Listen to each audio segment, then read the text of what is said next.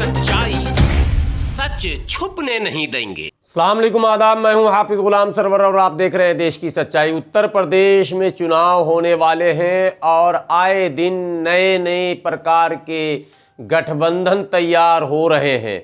एक दूसरे का पाला बदलना, इधर से उधर जाना और इसको और उसको नेता बनाना, ये लगातार जारी है।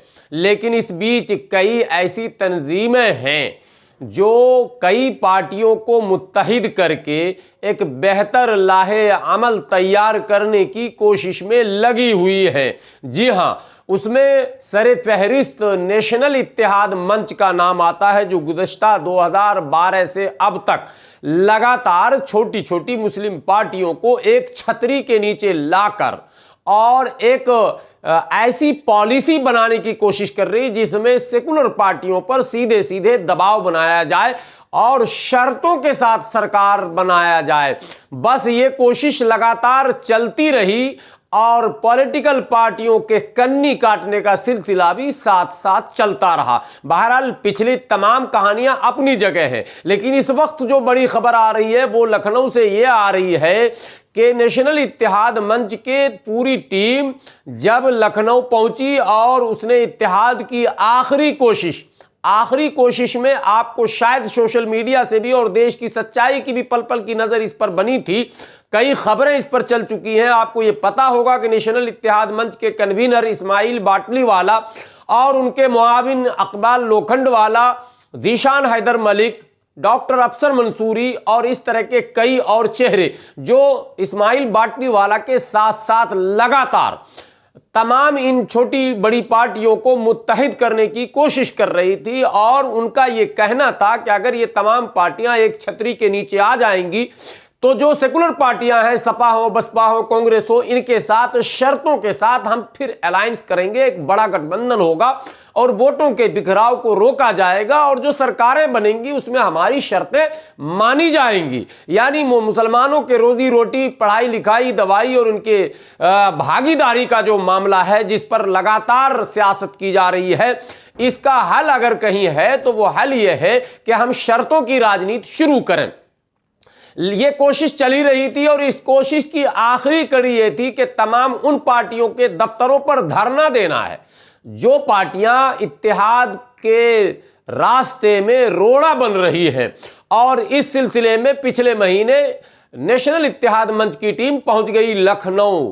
पहुंचने के बाद सबसे पहले नेशनल इत्तेहाद मंच की टीम पीस पार्टी के दरवाजे दफ्तर पहुंची, लेकिन उस पीस पार्टी के दफ्तर पहुंचने से पहले ही पीस पार्टी की तरफ से यह अधिकृत बयान आ गया कि हम इत्तेहाद मुहिम के साथ हैं और हम इत्तेहाद मुहिम की जो शर्तें हैं, जो प्लानिंग है, जो खाका है, उसमें हम पूरी तरह से उनसे सहमत भी हैं और हम मिलकर काम करने की ख्वाहिश रखते हैं।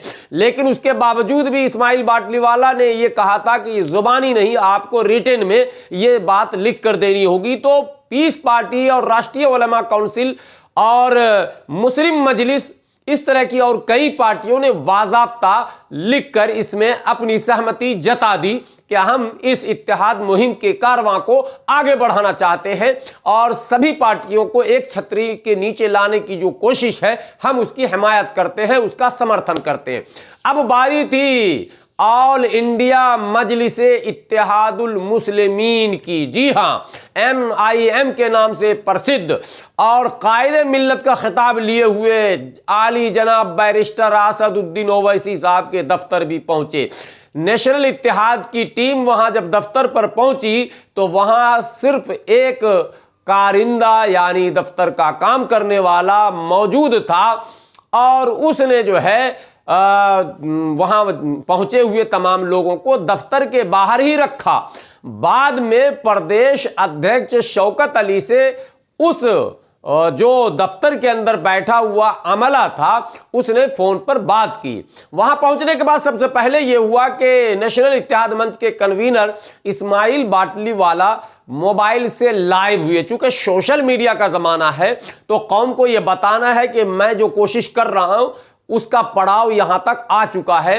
तो MIM के दफ्तर से वो लाइव थे और लाइव लोगों को बता रहे थे कि इत्तेहाद मुहिम की टीम एमआईएम के दफ्तर पहुंच चुकी है इत्तेहाद का दावतनामा लेकर और इत्तेहाद की बात का संदेशा लेकर, और इत्तेहाद के लिए इनसे लिखित में आश्वासन लेना चाहती है। और जब तक हां या ना का जवाब नहीं देंगे तो नेशनल इत्तेहाद मंच की टीम यहीं धरने पर बैठी रहेगी। धरने का नाम निवेदन धरना रखा गया था, यानी गुहार लगाने हम आए हैं, प्लीज प्लीज आप आपस में मुत्तहिद हो जाएं, वोटों के बिखराव को रोकें।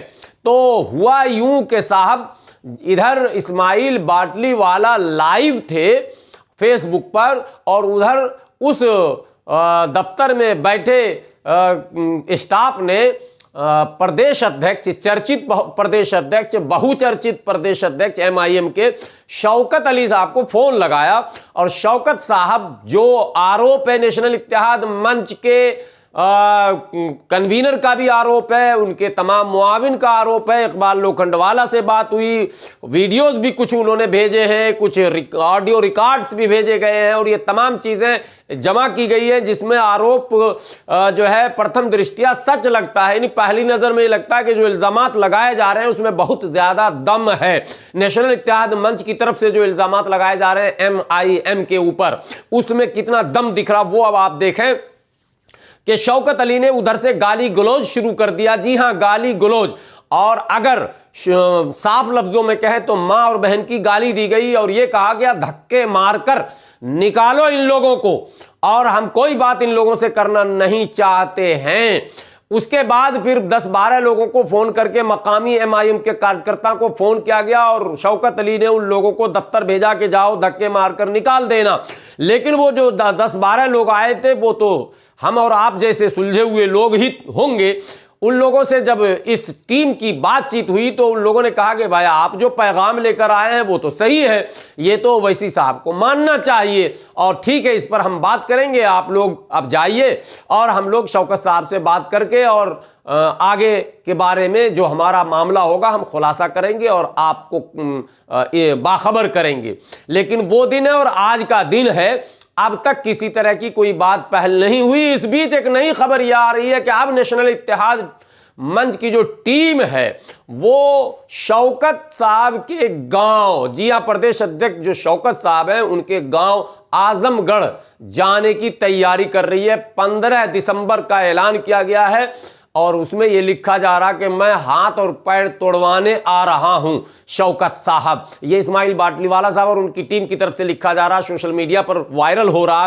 तो क्यों हाथ और पैर तोड़वाने जा रहे हैं? ये इसलिए कि शौकत साहब ने जो फोन किया था उस समय वो ये कहा था कि अगर मेरे दफ्तर से बाहर नहीं निकलोगे तो हाथ पैर तोड़ दूंगा।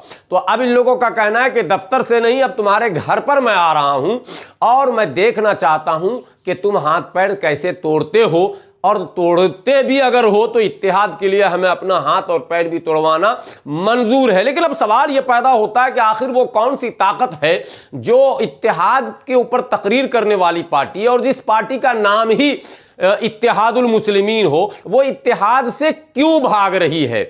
अब कुछ लोग ये कहते हैं कि साहब ओवैसी साहब की क़यादत कबूल, अरे आप बैठेंगे तभी तो आपकी क़यादत कबूल की जाएगी। आपकी क़यादत में ही लोग मुत्तहिद होना चाहते हैं, लेकिन फिर भी आप उनको अपने साथ शामिल करना नहीं चाहते हैं। तो सवाल कई खड़े होंगे और सवाल यह भी खड़ा होगा कि वो कौन है जो एमआईएम को सिर्फ जहरीली तकरीर करने की इजाजत तो देता है लेकिन मुत्तहिद होने की इजाजत नहीं देता। आपस में जब एक दूसरे के कट्टर दुश्मन, मैंने पहले भी एक बात कही थी आपको, जब ओम प्रकाश राजभर जो कि मनुवाद को गाली देते नहीं थकते हैं, जब भारतीय जनता पार्टी उससे अलायंस कर सकती है, पिछले चुनाव में अलायंस किया था भाजपा ने, उससे पहले भी ओम प्रकाश राजभर गाली बकते थे क्योंकि ओम प्रकाश राजभर बसपा के प्रोडक्ट हैं, काशीराम के साथियों में से हैं। वो हमेशा मनुवादियों को गाली बकते हैं, लेकिन भारतीय जनता पार्टी ने ओम प्रकाश राजभर से भी गठबंधन कर लिया। अपना दल जो राजनीति नहीं जानता होगा, आज का छोटा बच्चा जो एमआईएम में भक्त बनकर घूमता है, उसे नहीं पता अपना दल ये भी कांशीराम के सोनेलाल पटेल साथ काम करते थे और ये भी मनुवाद के दुश्मन थे, ये भी 1585 की बात करते थे, ये भी जूते मारो चार की बात करते थे। लेकिन उस अपना दल से भी भारतीय जनता पार्टी ने गठबंधन किया। रामविलास पासवान स्वर्गीय हो चुके हैं, भाजपा ने गठबंधन किया। वैचारिक मतभेद के बाद भी नीतीश कुमार का मिट्टी में मिल जाऊंगा मगर भाजपा से नहीं मिलूंगा, फिर गठबंधन हो गया। मना विचित्र विचित्र शिवसेना से कांग्रेस का गठबंधन और एनसीपी का गठबंधन हो जाता है, लेकिन ओवैसी साहब का मुस्लिम पार्टियों से गठबंधन नहीं होना यह इस बात की अलामत है कि इसके पीछे कोई और ताकत है। इस बात को समझना और समझाना होगा और इसीलिए नेशनल इत्तेहाद मंच की टीम ने साफ तौर पर ऐलान किया कि अगर इत्तेहाद नहीं तो वोट नहीं, और बायकॉट एमआईएम के नारे के साथ सोशल मीडिया पर वायरल हो रहा। जरा आप भी देखें, आप भी सुने, आप भी समझें। शुक्रिया।